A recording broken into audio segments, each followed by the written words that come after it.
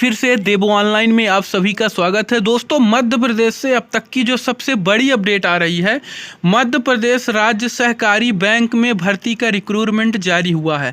MP के 39 जिलों में ये निकल के भर्ती आई है।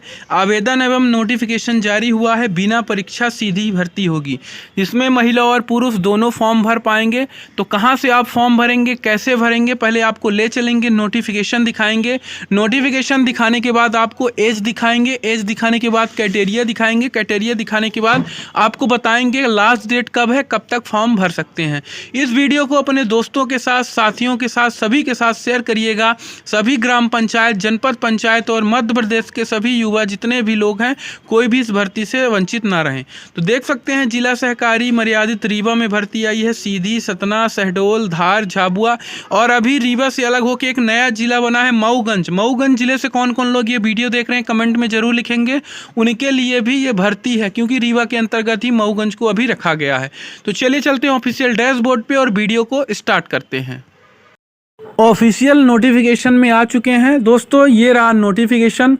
प्रत्येक आवेदन मध्य प्रदेश राज्य सहकारी बैंक मर्यादित भोपाल सहित 39 जिला सहकारी केंद्रीय बैंकों में किसी एक ही पद के बैंक संस्थान हेतु तो आवेदन कर सकेगा। अलग अलग पद निकले हैं। एक सहकारी बैंक में तो एक उम्मीदवार केवल एक पद के लिए फॉर्म भर सकता है।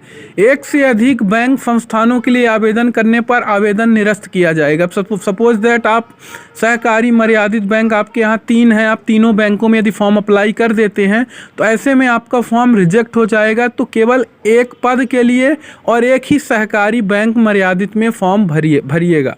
तो 39 जिलों में टोटल पद हैं। अनारक्षित पद हैं, आरक्षित पद हैं, EWS पद हैं, पूरे पद हैं। पूरा लाइव अपडेट आपको ले चलेंगे। आगे आपको दिखाएंगे कैसे फॉर्म भरना है, कब से आवेदन शुरू हो रहा है और कब लास्ट डेट रखी गई है। तो यहाँ मध्य प्रदेश राज्य सहकारी बैंक भोपाल में भर्ती आई है। फिर केंद्रीय सहकारी बैंक सिवनी में आई है। जिला सहकारी बैंक सागर में आई है। जिला सहकारी केंद्रीय बैंक मर्यादित दमोह में आई है, पन्ना में आई है और जिला सहकारी केंद्रीय बैंक मर्यादित छतरपुर में आई है। उसके अलावा जिला सहकारी केंद्रीय बैंक टीकमगढ़, रीवा, सतना, सीधी, शहडोल, इंदौर, धार, झाबुआ, खंडवा, खरगोन में ये रिक्रूटमेंट आई है। तो अब बात करेंगे दोस्तों कि जो एक से अधिक पद हैं तो एक उम्मीदवार, ऐसा क्यों है? तो यदि एक उम्मीदवार एक से अधिक पदों पर फॉर्म भरेगा तो फॉर्म उसका निरस्त कर दिया जाएगा। खंडवा, खरगोन, उज्जैन, देवास, मंदसौर, शाजापुर, ग्वालियर में ये रिक्रूटमेंट आई है। अब आगे ऊपर स्वाइप करेंगे तो ग्वालियर, शिवपुरी, गुना, दतिया, भिंड, मुरैना और भोपाल में भी ये रिक्रूटमेंट आई है। अब ये सीधी भर्ती है, बिना एग्ज़ाम के भर्ती है और डायरेक्ट भर्ती है। किस आधार पे चयन होगा? भोपाल में भी आई है, सीहोर में, रायसेन में, राजगढ़ में, विदिशा में, बैतूल में। अब ऊपर की ओर स्वाइप करेंगे दोस्तों तो देखिए नर्मदापुरम में टोटल एक पद रखे गए हैं। ये डायरेक्ट भर्ती होने वाली है और लास्ट डेट 24 दिसंबर रखी गई है। इसमें से सभी विद्यार्थी फॉर्म भर सकते हैं। ये देख सकते हैं प्रबंध संचालक का सील लगा हुआ है, उसके द्वारा ये नोटिफिकेशन जारी किया गया है।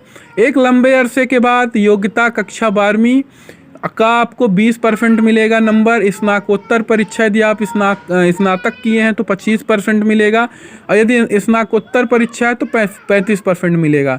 उसके अलावा यदि आपके पास PhD है तो उसका 15 नंबर मिलेगा। टोटल 95% अंक होंगे। देश में किसी भी सहकारी बैंक में सहकारी प्रशिक्षक के पद पर कम से कम यदि 6 माह का अनुभव प्रमाण पत्र आपके पास है तो उसका आपको 5 अंक दिया जाएगा। कुछ इस तरीके से 100 नंबर का टोटल अंक बनेंगे और उसी के आधार पे जिसका अधिक रहेगा उसी का चयन होगा। यदि आप 12वीं पास हैं तो आपको 20 नंबर मिल गए। स्नातकोत्तर पास हैं तो उसको 25 नंबर मिल गए। स्नातकोत्तर है तो आपका मिल गया 35 नंबर। एडिशनल क्वालिफिकेशन है जैसे CA, IDW, CM, company secretary, PhD, MPhil तो उसका 15 नंबर मिल गया। तो योग टोटल हो गया 95। अब उसके अलावा 5% जो आपको एक्स्ट्रा मिलेगा, मान लो सपोज दैट किसी सहकारी मर्यादित बैंक में आप प्रशिक्षु के ट्रेनिंग के पद पर यदि आप अप्रेंटिसशिप किए हैं या फिर आप वहाँ ट्रेनिंग लिए हैं तो आपको उसका 5 अंक एक्स्ट्रा दिया जाएगा। तो टोटल इस तरीके से 100 अंक का रहेगा। 100 अंक में आपको नंबर लाने होंगे। इस तरीके से मेरिट बनाई जाएगी। अब बात करेंगे दोस्तों कि इसमें जो महिला और पुरुष हैं दोनों लोग फॉर्म भर सकते हैं, और यदि एक समान अंक दशा होने पर यदि एक समान विद्यार्थी का होता है तो उनके बीच में परीक्षा कराया जाएगा, और या फिर जिसकी ज़्यादा एज होगी उसे वरीयता दी जाएगी।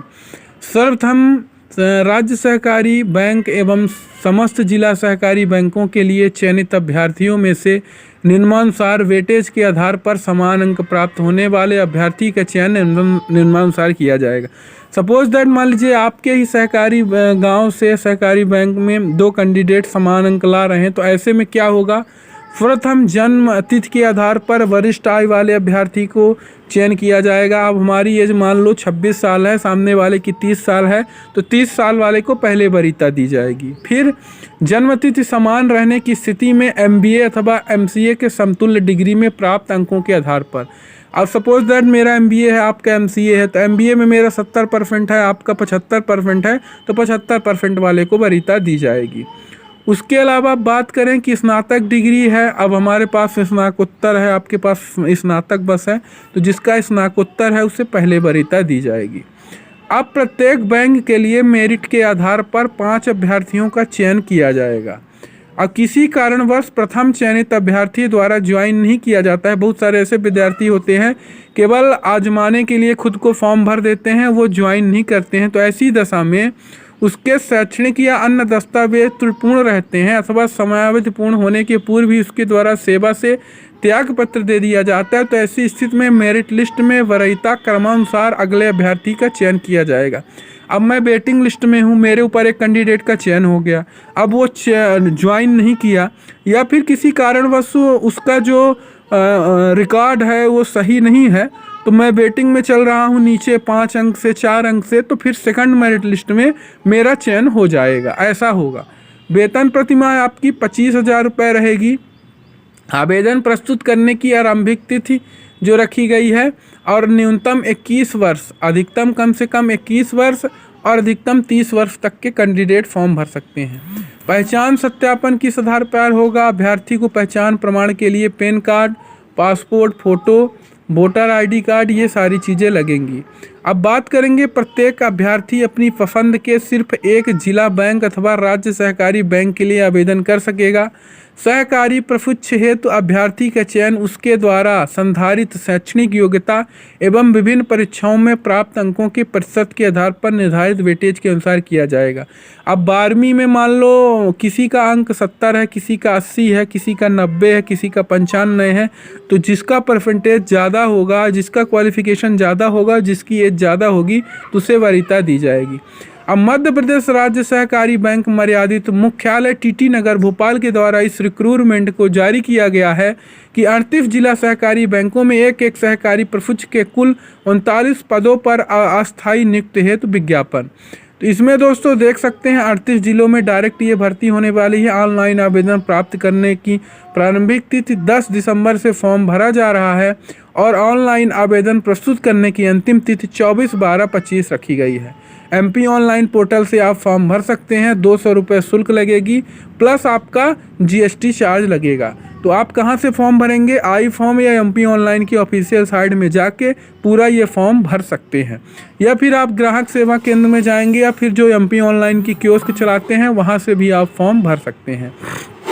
फिर अर्हताएँ, किसी भी मान्यता प्राप्त विश्वविद्यालय से marketing management, cooperative management, agri business management, सरल डेवलपमेंट मैनेजमेंट में MBA है, अथवा marketing management, cooperative management, agri business management, rural development management में PG डिप्लोमा है, तो भी फॉर्म भर सकते हैं। Master in marketing management, master in cooperative management, master in agri business management, master in rural development management, यदि आपके पास degree है तो भी फॉर्म भर सकते हैं। इसमें ऑप्शन भी दिया गया है, बहुत बढ़िया है।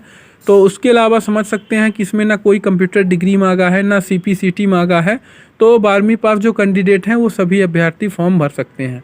अभ्यर्थी को अपनी पहचान प्रमाण पत्र के लिए जैसे ID कार्ड के रूप में वोटर लिस्ट, आधार कार्ड, इनमें से कोई भी एक दस्तावेज है तो आप फॉर्म भर सकते हैं।